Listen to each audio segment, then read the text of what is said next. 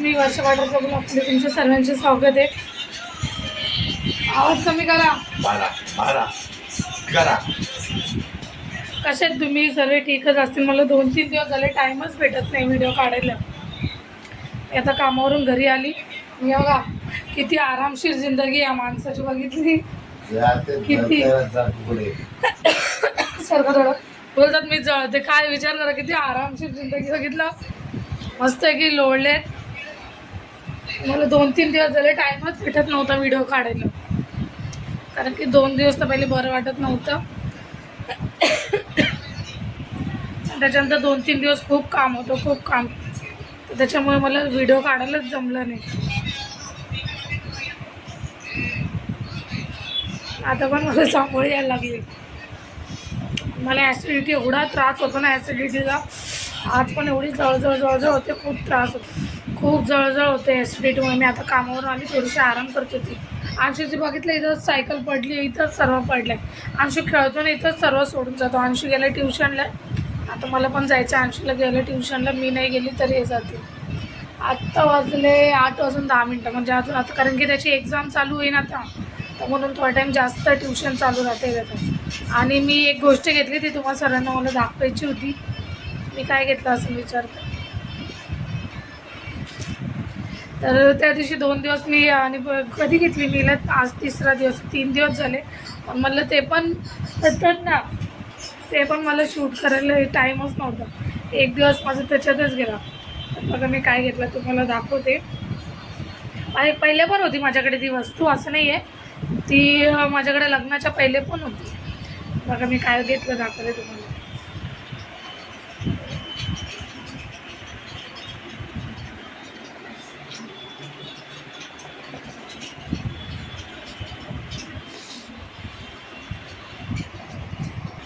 तर मी मशीन घेतली आहे, कारण की मशीन मला भरपूर दिवस झाले घ्यायची होती.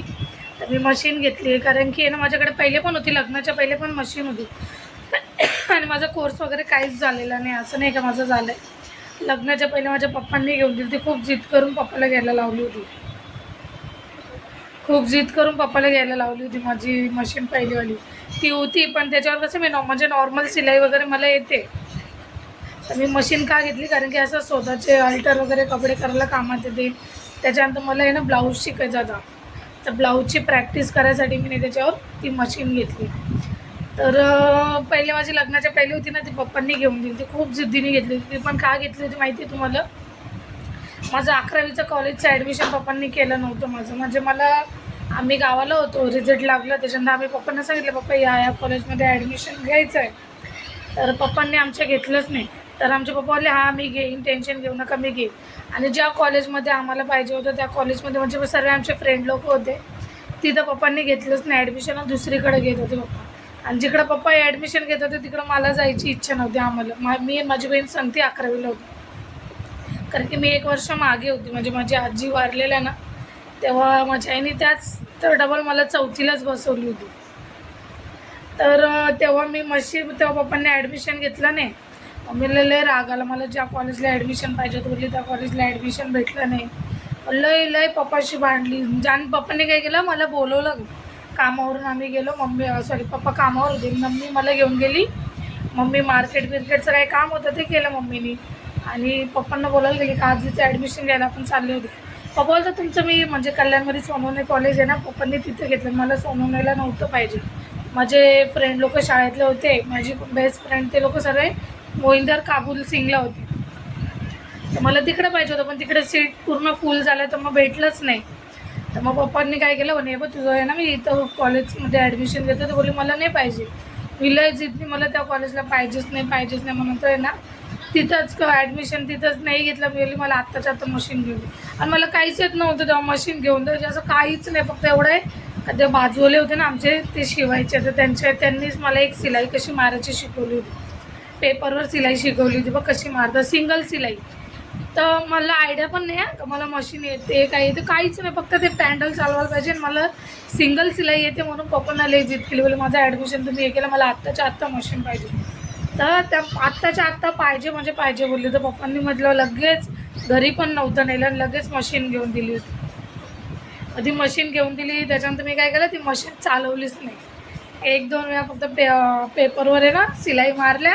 त्याच्यानंतर मम्मीच्या 1-2 साड्या वगैरे फाडून पडदे बिरदे बनवले. त्याच्यानंतर मी 8 ते 9 महिने ती मशीन चालवलीच नाही. 1 वर्ष होती माझ्याकडं. त्याच्यानंतर माझं लग्न झालं. मम्मी म्हणायची तुझी मशीन घेऊन जा, तुझी मशीन घेऊन जा. मी यांना बोलली माझी मशीन घेऊन येऊ का? दे म्हणतात नको आणू, इकडं मशीन तुझी तिकडेच राहू दे. मग ती किती दिवस राहिली नंतर मम्मीने विकून दिली. कारण की मशीन पण चालवली नाही का जंग पकडतो ना. तर मम्मीने ती माझ्या आत्ताच 4-5 वर्ष म्हणजे माझं लग्न होऊन पण 3-4 वर्ष सांभाळून ठेवली मशीन.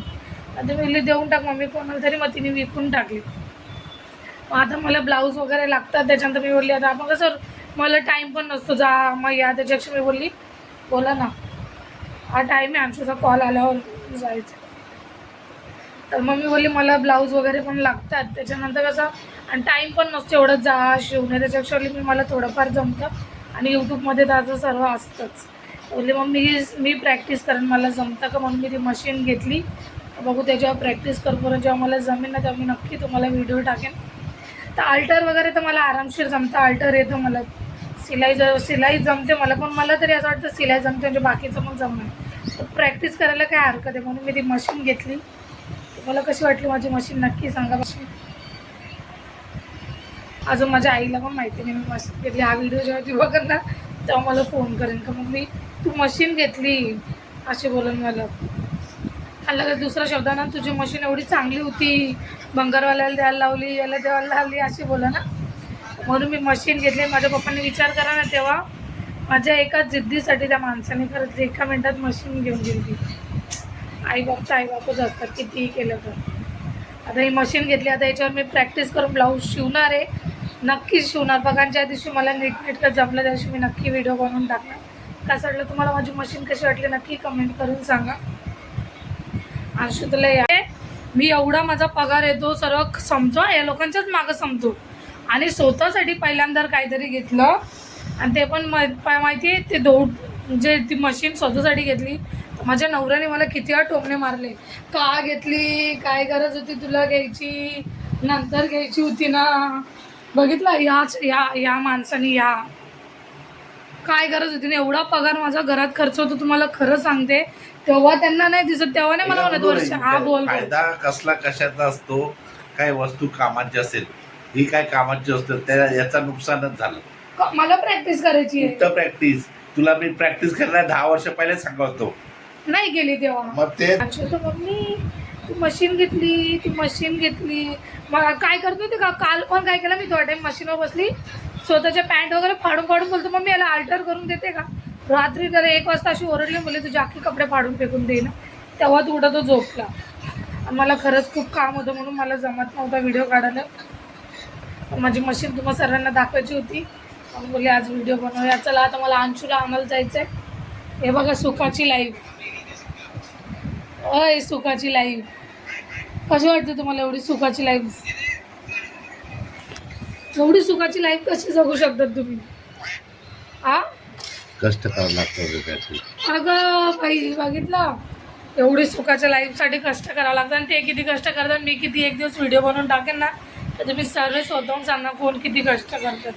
जाऊ दे चला भेटू तुम्हाला नवीन ब्लॉगमध्ये. जे नवीन असतील त्यांनी आपल्या चॅनलला सबस्क्राईब करा, लाईक करा, शेअर करा.